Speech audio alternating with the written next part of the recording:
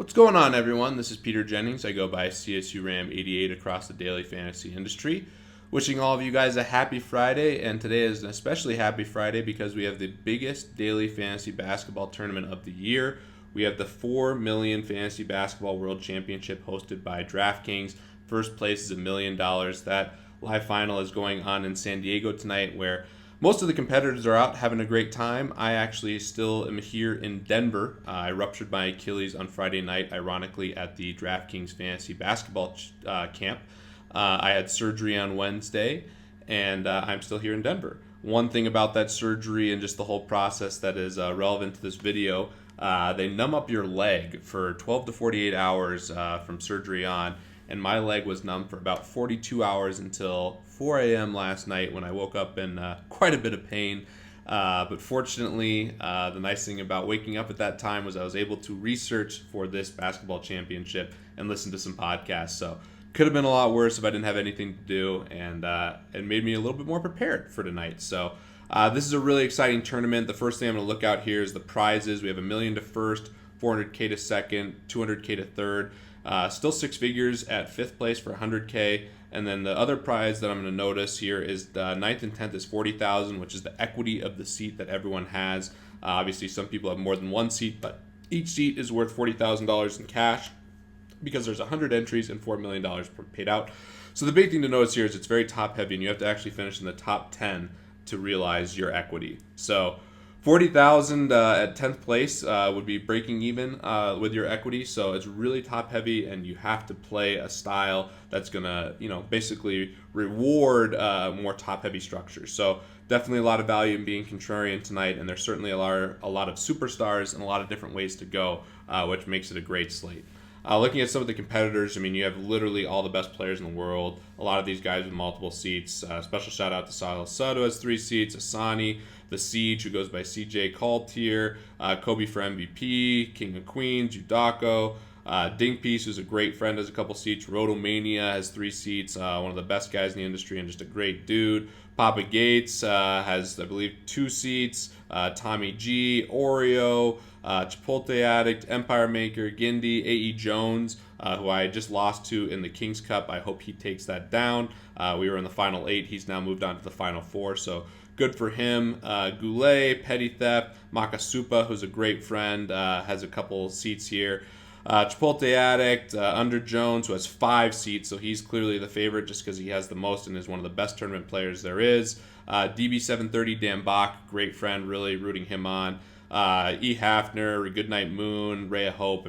So many superstars in this tournament, and you know that you're competing against the best in the world here. So one thing about this, and just a little tangent on bankroll management, live finals, and just how I approach these. Bankroll management wise, even though I've been fortunate enough to win 2 live finals can be really tough to manage in terms of your bankroll. Certainly cost a lot. I generally go pretty hard after these just because I want to be experiencing these live events, and that's, this is my biggest passion in life, is playing daily fantasy, and these live events are the pinnacle, so I do my best to get into them. After I won my first seat, I actually didn't play very many of these. I'm very proud of myself for that because I saved a good chunk of money, most likely, by not chasing after I got my first seat. I did go very heavy the last week playing in the Super Q. That Friday, I threw 5 in and bricked them all. So, five $5,300 entries and a ruptured Achilles. Friday definitely wasn't my day last week. Hoping that this week it can be my day.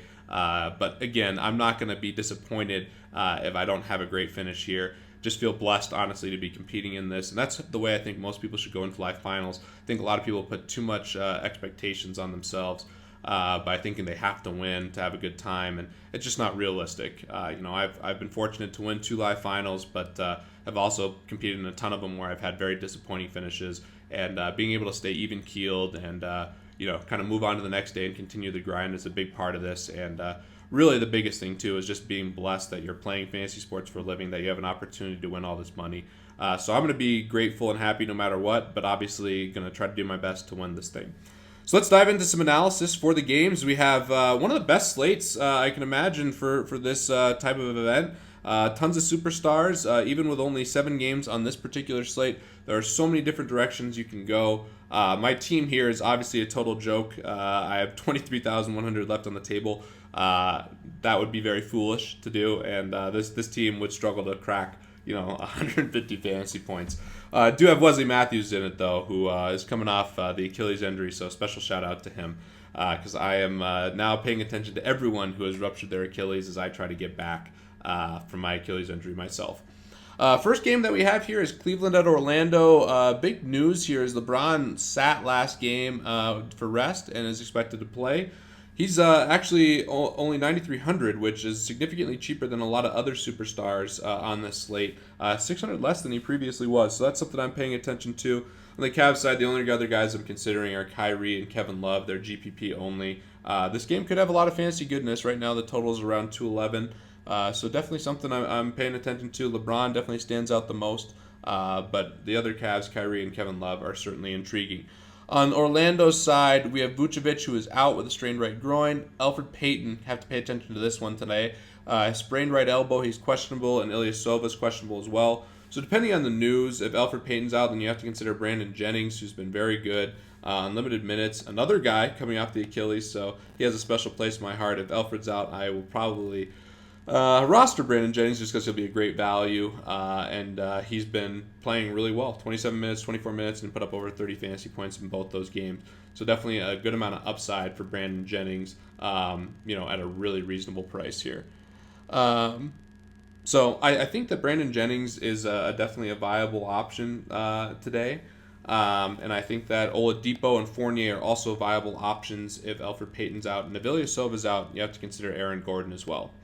Moving to OKC Philly, we have a really, really good game here in terms of fantasy goodness. 219 over under. Thunder are 15.5 point favorites, so you have the blowout risk here.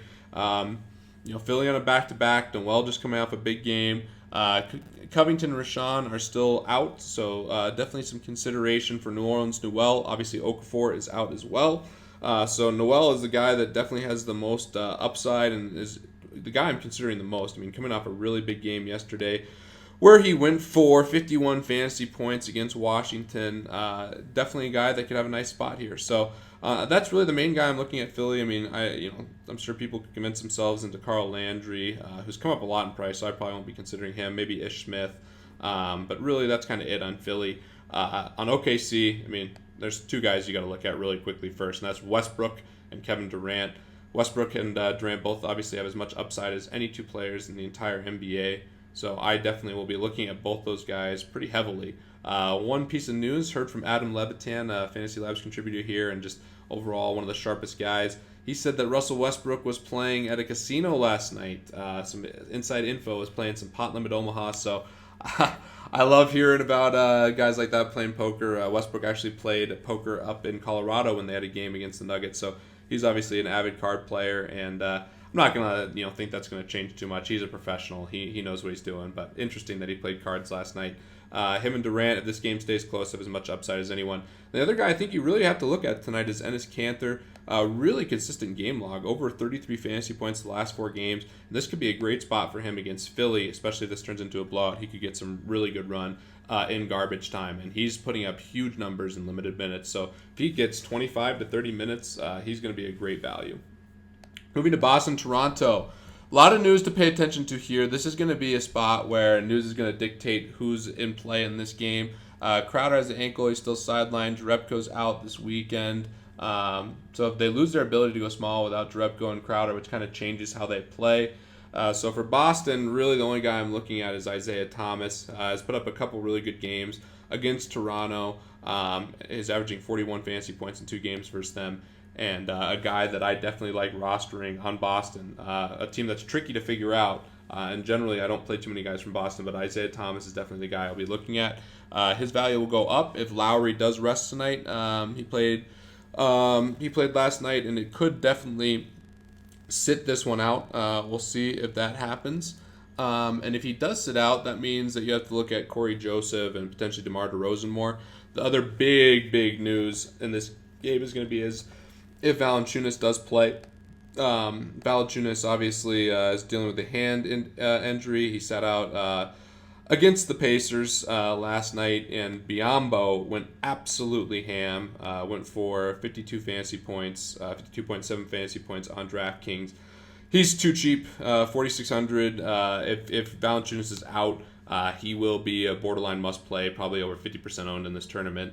And in general, in those spots, I generally lean towards the chalk. I'm not, I'm a cash game guy more so than a tournament guy. And I know this is more of a tournament type team you have to build just because there's so much value in being contrarian. But at the same time, it's basketball. There's the least amount of variance. And in these live finals, I really try to just make the best team I can possibly make and not worry too much about ownership. I definitely think I will try to, especially with the stars. If I can figure out a star, I think that's going to be contrarian. I'll take him. But Biyombo, if Valanciunas is out, will most likely be on my roster. Moving to Sacramento at Detroit, this game has the makeup of a really, really nice game. 211 over-under. Pistons are 6.5-point favorites. Got to pay attention to the Kings. Looks like Bellinelli and Caspi are both going to play. They're both probable with ankle injuries. Rondo has a turf toe. He's questionable. So if he's out, Collison definitely gets a nice bump. McLemore is out, so pay attention to that. Kind of wish McLemore was playing for the Wings for Detroit. He's just such a bad defender, but he is out. So still a lot of options on the Kings. Obviously, you want to look at Boogie Cousins, who has as much upside as anybody any single night, 10-2. Didn't have a good game against the... I'm sorry, I'm just killing Skype here quickly for you guys. Didn't have a great game against the Kings last time, but did offer a lot of upside anytime he takes the court. I think he's a great option. Just at this price, I think we'll see Towns, who I'll talk about in the next game, owned a lot more than Drummond. So, if you want to take a guy who has as much upside as anybody, he's definitely that guy. And then in addition to that, Cousins is the guy that, any single night could be the highest scorer on the slate. So those are two guys I'm definitely considering. Collison, you definitely have to look at again if Rondo is out. And then in addition to that, I'm not really on Reggie Jackson. He's dealing with shortness of breath, but sounds like he will play. So that's really it for me. I mean, you could consider the Wings for Detroit in this matchup. Definitely think there's some value in potentially like Tobias Harris. Also could play Rudy Gay, who's came off a nice game. Both of them only 6,300. They're both nice options. But, those guys are in play. Marcus Morris, maybe Stanley Johnson. I probably wouldn't touch Stanley Johnson, only playing 26 minutes. But they're definitely viable options going against this putrid Sacramento defense. Moving to Minnesota at Houston, this game has ended the highest total on the night, I believe, for this slate, just slightly ahead of the Mavs and Warriors game, 223.5. Dieng has a sore left hip, but is probable. In addition to that, there's a lot of other, viable guys on the Wolves that you have to consider. Rubio, always a threat to triple-double. Wiggins, a guy who has a lot of upside, especially scoring the ball in this matchup. Then you have Karl Anthony Towns, who I think is a really good play. Houston has allowed the most DraftKings points to centers over the last 5 games and the second most in the last 10. So I think that's a really, really good spot for Karl Anthony Towns. And then Dieng, with the injury, he could be a nice play as well. And the one thing you have to look at, too, with Levine is he hits a bunch of threes coming off a really nice game last night where he had 6 makes at the three-point line, translated to 28 real points, 36 fantasy points. So he's a guy that I'm considering as well in Minnesota. Going to Houston, there's 2 main guys I'm looking at, and that's James Harden, who, again, he's like Boogie or any of these Steph, any of these other superstars. He could easily be the highest scoring player on the night, and he's probably the scariest guy to fade for me. I know Curry and Boogie are right there, but when you're fading Harden and he has one of those second halves where Houston's down and he plays the entire second half and he puts up 40 or 50 fantasy points in a half, it can be absolutely devastating. And Harden's a guy you like to have on your squad. So in this spot with the high total, I definitely am considering James Harden here. In addition to that, I mean, you could play Trevor Ariza. You could convince yourself on a guy like Corey Brewer or something like that if you need a total punt. But pretty much just looking at the stars here with Minnesota and Houston. Moving to Portland at New Orleans, this is going to be another game that has a lot of fantasy goodness. It's amazing. You have all the stars out tonight and just super high totals. 218 over under. The Blazers are favored by 1.5 points. Tons of injuries for New Orleans. I mean, Eric Gordon's out. That Tyreek Evans is out, so it's the Drew Holiday show. But now you have Tim Frazier, who's expected to get the start. He came off 27 minutes and 33 fantasy points in a great matchup against Sacramento. But still, not a bad matchup here against Portland, and he will be a very popular play at only 3,400. Certainly a guy I am considering quite a bit. On the superstar side, Anthony Davis, I always want to look at him.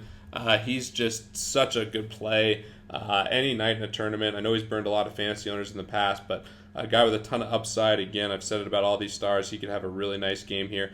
3 games against Portland, averaging 51 fantasy points, and this is a tight spread, so I really like him. In addition to that, I think Damian Lillard is a really great play. I'm biased towards him. He's one of my favorite players in the league. Probably my 2 favorite players in the league are Chris Paul and Damian Lillard.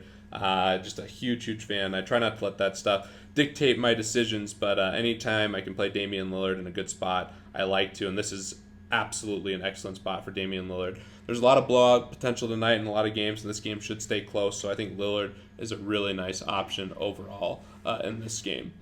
And then finally, we have Golden State at Dallas. Obviously a huge Dallas fan now that Mark Cuban has invested in Fantasy Labs. He's been really helpful to me in a variety of different ways, including giving me advice on my Achilles, and obviously having him as a mentor for the company is great. So anytime I can root for Dallas, I do. And you could be rooting for Dallas big time in this spot here, with obviously trying to keep the game close if you want to play guys on Golden State. Steph Curry. I mean, what can you say about this guy other than he's the best player in the world right now? He's putting up ridiculous fantasy lines in limited minutes. If this game stays close, he could have an absolutely monster game. Both teams have huge incentive here. Dallas, being at home, should be able to keep this relatively close. The line in this game is only Warriors by 8.5. We have a 222 total, so it's a really juicy game. And if you want to play Steph, I have no problem with it, and definitely I'm considering him tonight. Other guys that I'm considering are Klay Thompson at 7K. Just hope that he has one of those big games. He's probably going to be lower owned relative to some other guys. Had a couple good games against Dallas in only 32 minutes, averaging 37 fantasy points. And then Draymond Green is a guy that I'm going to be considering quite a bit. Dallas has been going small quite a bit, so I think that he is a really nice play. Didn't have great games against Dallas in the past this year, but with everyone going small, I think he's definitely an option. The Mavs will probably start small again with Dirk at center, Felton playing. Dirk has been absolutely going off, and I love playing Dirk anytime I can. Again, I'm a huge fan of the Mavericks now with Mark, and Dirk is a legend and one of the best power forwards of all time, and has had a couple good games against Golden State. And if you want a guy to sweat at the end of this, have a little bit of hope with the last game, Dirk could definitely be that guy for you. So I like him quite a bit. I think Felton's in play potentially. If you want to go that direction at 3,800, if he's starting, he could have a really nice game. You saw when he got minutes against Charlotte, he put up a really nice stat line. Then Parsons, and the last guy I'm going to give a shout out to is Wesley Matthews, who's here. Probably not going to play him, but one cool thing about Wesley Matthews is he got paid after an Achilles rupture, and he's getting really close to getting back to fully healthy, and it's a joy to watch him play, especially knowing what he went through to get back on the court. So that's it for the analysis. Should be a really fun tournament. We also have the Lakers and Suns game that has a ton of fantasy goodness. I'm not going to preview it because it's not in this slate, but definitely listen to the pods and look at all the other content we have here at Fantasy Labs. The guys are actually out in San Diego representing me, Doppel Sykes, Jay Pearson, and Justin Fan, as well as John. They are out there repping Fantasy Labs and the proxy for me at this event. I hope they have a great time, and they will obviously be making sure everything's up to date and looking great for the models today on Fantasy Labs. And hope to see one of my friends take this down, or hope to win it myself, and hope all our Fantasy Labs subscribers have a great night. Good luck on this fun Friday.